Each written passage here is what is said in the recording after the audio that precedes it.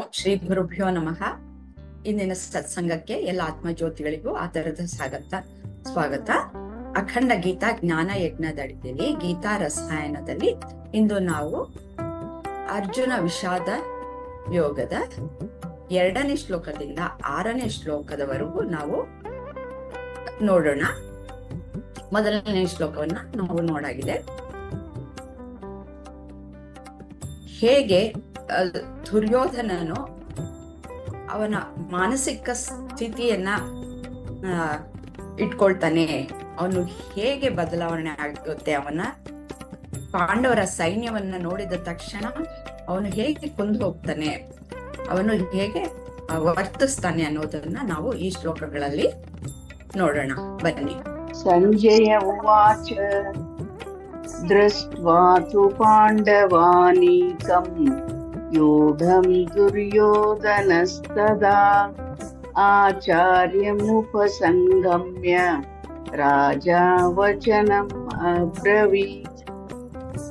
ಸಂಜಯನು ಹೇಳಿದನು, ಪಾಂಡವರ ಸೈನ್ಯವು ಯುದ್ಧಕ್ಕೆ ಸನ್ನದ್ಧವಾದ ರಚನೆಯಲ್ಲಿ ನಿಂತಿರುವುದನ್ನು ನೋಡಿದ ರಾಜ ದುರ್ಯೋಧನನು ತನ್ನ ಗುರುವಾದ ದ್ರೋಣಾಚಾರ್ಯರ ಬಳಿಗೆ ಬಂದು ಈ ಕೆಳಗಿನ ಮಾತುಗಳನ್ನು ಹೇಳಿದನು. ಪಶ್ಯೈತಾಂ ಪಾಂಡುಪುತ್ರಾಣಂ ಆಚಾರ್ಯ ಮಹತೀಂ ಚಮು ಯೋಧಾಂ ದ್ರುಪದ ಪುತ್ರೇಣ ತವ ಶಿಷ್ಯೇಣ ಧೀಮತಾ.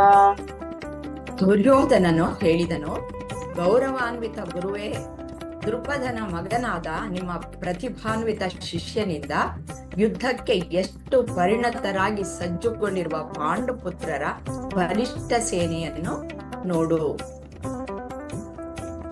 ಅತ್ರ ಶೂರಾ ಮಹೇಶ್ವಾಸ ಭೀಮಾರ್ಜುನ ಸಮಾಯುಧಿ ಯುಯುಧಾನೋ ವಿರಾಟಶ್ಚ ದ್ರುಪದಶ್ಚ ಮಹಾರಥಃ.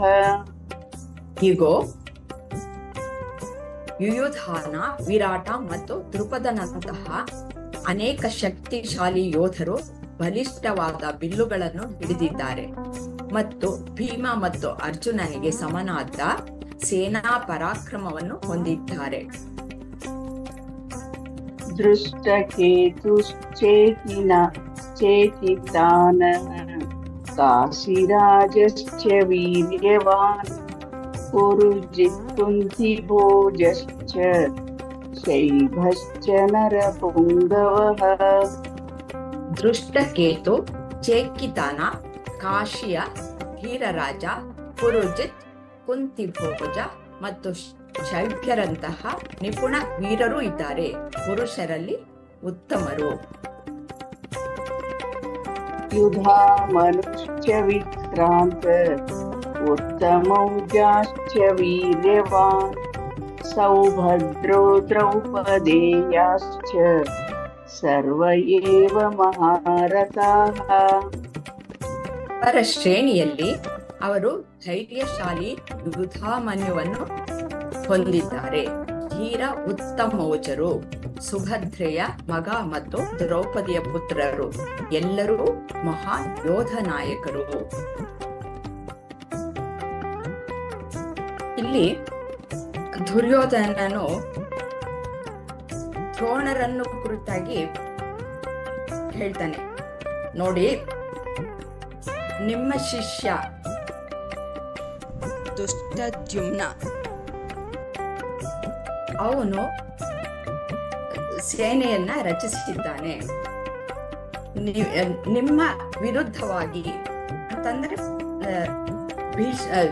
ದ್ರೋಣರನ್ನ ಪ್ರಚೋದನೆ ಮಾಡೋದಕ್ಕೋಸ್ಕರ ಅವನು ದುರ್ಯೋಧನ ಹೇಳ್ತಾನೆ. ಯಾವಾಗ್ಲೂ ದುರ್ಬುದ್ಧಿಗೆ ಅಂತಹ ಒಂದು ಭಾವನೆಗಳೇ ಉಳಿಯೋದು, ಪ್ರಚೋದನೆ ಮಾಡೋದು ಮತ್ತೆ ದುಷ್ಟ ಮಾರ್ಗಕ್ಕೆ ಎಳೆದಿಯೋದು, ಇಂತಹದ್ದೇ ಕೆಲಸವಾಗಿರುತ್ತೆ. ಆದ್ರಿಂದ ಮೊದಲು ಹೋಗ್ಬಿಟ್ಟು ಇಲ್ಲಿ ಭೀಷ್ಮರು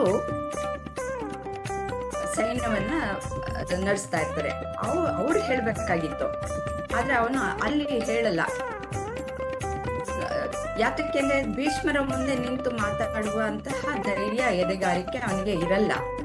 ಆದ್ರಿಂದ ಅವನು ದ್ರೋಣರ ಹತ್ರ ಬಂದ್ಬಿಟ್ಟು ಹೇಳ್ತಾನೆ, ನೋಡಿ ನಿಮ್ಮ ವಿರುದ್ಧವಾಗಿ ಹೇಗೆ ವ್ಯೂಹವನ್ನ ರಚನೆ ಮಾಡಿದಾನೆ ನೋಡಿ ಸ್ವಲ್ಪ ಅಂತ ಹೇಳ್ಬಿಟ್ಟು, ಆಮೇಲೆ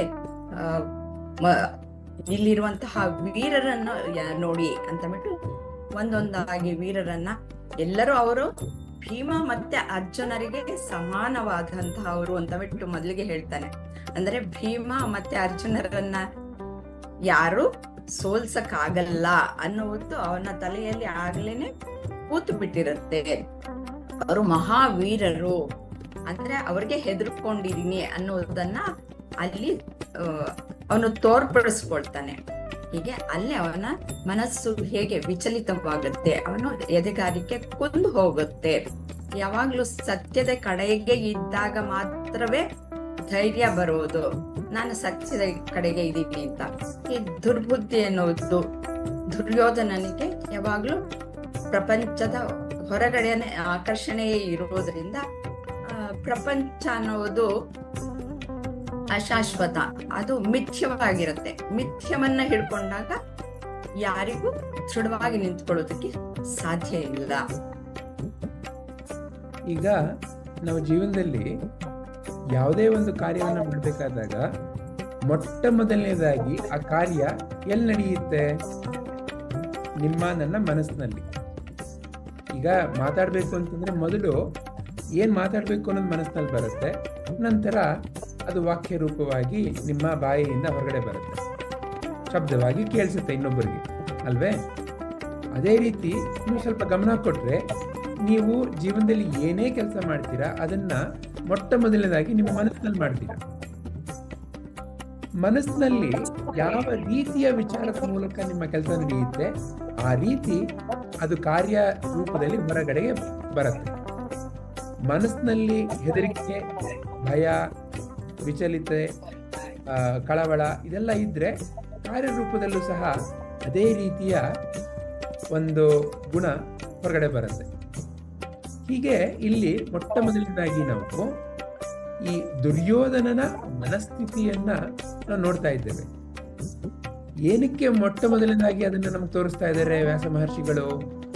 ಯಾಕೆ ಅಂತಂದ್ರೆ ಎಲ್ಲಿ ಒಂದು ಸತ್ಯದ ನಿಷ್ಠತೆ, ಸತ್ಯದಲ್ಲಿ ಸ್ಥಿರವಾಗಿ ದೃಢವಾಗಿ ನಿಲ್ಲುವಂತ ಒಂದು ಕಾರ್ಯೋನ್ಮುಖ ಸಾಧನೆ ನಮ್ಮಲ್ಲಿ ಇರಲ್ಲ, ಆಗ ನೀವು ನಾನು ಸಹ ಈ ದುರ್ಯೋಧನನ ತರ ಜೀವನದಲ್ಲಿ ಸಣ್ಣ ಪುಟ್ಟ ಘಟನೆಗಳನ್ನು ನಮಗೆ ಹೆದರಿಕೆ, ಭಯ, ಆತಂಕ, ಕೋಪ, ಅಸೂಯೆ ಇದನ್ನೆಲ್ಲ ಉಂಟು ಮಾಡುತ್ತೆ. ಈ ರೀತಿಯ ಹಲವಾರು ಗುಣಗಳನ್ನ ಇಲ್ಲಿ ತೋರಿಸ್ತಾ ಇದ್ದಾನೆ ದುರ್ಯೋಧನ. ಅವನ ಮುಖ್ಯ ಗಮನ ಎಲ್ಲಿದೆ? ಅವರ ಸೈನ್ಯದಲ್ಲಿ ಯಾರಿದ್ದಾರೆ, ನನ್ನ ಸೈನ್ಯದಲ್ಲಿ ಯಾರಿದ್ದಾರೆ, ಯಾರು ಮೇಲು ಯಾರು ಕೆಳಗೆ. ಇನ್ನ ಗುರುಗಳಾದಂಥ ದ್ರೋಣಾಚಾರ್ಯರು ಅವ್ರು ನನ್ನ ಸೈನ್ಯದಲ್ಲಿ ನಿಂತಿದ್ರು ಅವ್ರ ಮನಸ್ಸೇನಾದ್ರೂ ಆ ಸೈನ್ಯದಲ್ಲಿ ಇದೆಯಾ, ಅದನ್ನ ಯಾಕೆ ನಾನು ಪ್ರಚೋದನೆ ಮಾಡಲಿ? ಹೀಗೆ ಈ ರೀತಿಯ ಹಲವಾರು ನಾನು ಗೆಲ್ಲಬೇಕು, ನಾನು ಎಲ್ಲರಿಗಿಂತ ಉತ್ತಮ ಅನ್ನೋ ಮನಸ್ಥಿತಿಯ ಒಂದು ಬೇರಿನಿಂದ ಈ ರೀತಿಯ ವರ್ತನೆ ಈ ದುರ್ಯೋಧನನಲ್ಲಿ. ಅದೇ ರೀತಿ ನಿಮ್ಮ ನನ್ನ ಜೀವನದಲ್ಲೂ ಸಹ ಹಲವಾರು ಬಾರಿ ಸರಿಯಾದ ಜ್ಞಾನದ ಒಂದು ದೃಷ್ಟಿ ನಮ್ಮಲ್ಲಿ ಇಲ್ಲ ಅಂತಂದ್ರೆ ಹೀಗೆ ನಮ್ಮಲ್ಲೂ ಈ ದುರ್ಯೋಧನತ್ವ ಬೇರೂರು ಬಿಡುತ್ತೆ. ಅದನ್ನ ಮೊಟ್ಟ ಮೊದಲನೇದಾಗಿ ತೋರಿಸ್ತಾ ಇದ್ದಾರೆ ವ್ಯಾಸ ಮಹರ್ಷಿಗಳು. ನಂತರ ಏನ್ ತೋರಿಸ್ತಾರೆ? ತದನಂತರ ಅರ್ಜುನನನ್ನ ತೋರಿಸಿ ಏನನ್ನು ಹೇಳ್ತಾರೆ ಅದನ್ನ ನಾವು ಮುಂದೆ ನೋಡೋಣ. ಈಗ ನಮಗೆ ದುರ್ಯೋಧನನ ಒಂದು ಮೊದಲನೇ ಹಂತದ ಮನಸ್ಥಿತಿ ಕಾಣಿಸ್ತಾ ಇದೆ ಇಲ್ಲಿ. ಹೀಗೆ ಭಗವದ್ಗೀತೆ, ಮಹಾಭಾರತ ನಿಮ್ಮ ನನ್ನ ಒಂದು ಜೀವನಕ್ಕೆ ಹಿಡಿದ ಕನ್ನಡಿ. ಈ ಕನ್ನಡಿಯ ಮೂಲಕ ನಾವು ನಮ್ಮಲ್ಲಿ ನಾನು ಯಾವ ಹಂತದಲ್ಲಿದ್ದೇನೆ, ಯಾವ ಗುಣ ನನ್ನಲ್ಲಿದೆ ಅದನ್ನು ನಾನು ಗುರುತಿಸ್ಕೊಳ್ಬೇಕು. ನಂತರ ಯಾವ ದಿಕ್ಕಿನಲ್ಲಿ ನಾನು ತಿರುಗಬೇಕು, ಯಾವ ದಿಕ್ಕಿನಲ್ಲಿ ನಾನು ನನ್ನ ಮನಸ್ಸಿನ ವರ್ತನೆಗಳನ್ನ, ನನ್ನ ಜೀವನದ ವರ್ತನೆಗಳನ್ನ ಬದಲಾಯಿಸ್ಕೊಳ್ಬೇಕು ಅಂತ ನಾನು ತೀರ್ಮಾನ ತಗೊಳ್ಬೇಕಾಗುತ್ತೆ. ಹೀಗೆ ಶುಭಕರವಾದದ್ದು ಎಲ್ಲರ ಜೀವನದಲ್ಲೂ ಆಗಲಿ ಅನ್ನೋ ಪ್ರಾರ್ಥನೆ, ಅದರ ಮೂಲಕ ಇವತ್ತಿನ ನಮ್ಮ ಗೀತಾರಸಾಯನವನ್ನ ಮುಗಿಸೋಣ. ಹರಿ ಓಂ. ಶ್ರೀ ಕೃಷ್ಣಾರ್ಪಣಮಸ್ತು. ಶ್ರೀ ಗುರುಭ್ಯೋ ನಮಃ.